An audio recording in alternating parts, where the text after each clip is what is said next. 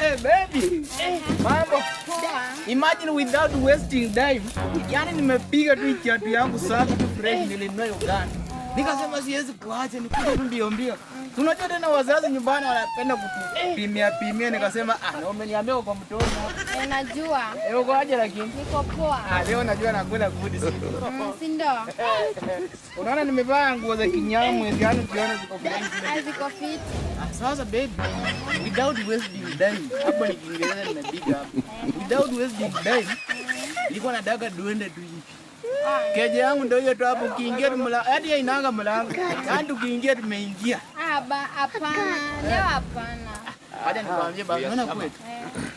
Kwetu tuko na sofa set nyingine ukikaa unafanya tu chui. Yaani hiyo ukikalia najua huwezi toka kwetu. Meki kwenda huko leo. Ukataka hata jana silita meki kufika. Basi wacha ni hiyo sofa set. Tuko na kabusi kwetu amenunua. Ana nyamba tu maswiti.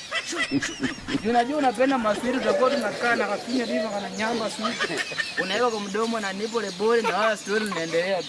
Sasa twende kwetu jione. Hapana, leo nimekataza spiki huko. Na sasa umekuja hapa kufanya nini? Hata naogopa. Ni vile ninakuja lakini naogopa. Unaogopa yani nini? Yaani naogopa. Sijui mbona. Lakini na kujua unafahamu.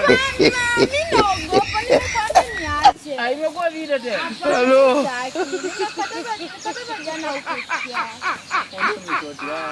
Sasa wewe unaniambia tu. Hello. Kwenda huko. Mbele kama nyuma kama mbele. Unanuka mafuta. Umeomba nguo dada yako hata frame ya mlango na badi. Sasa kama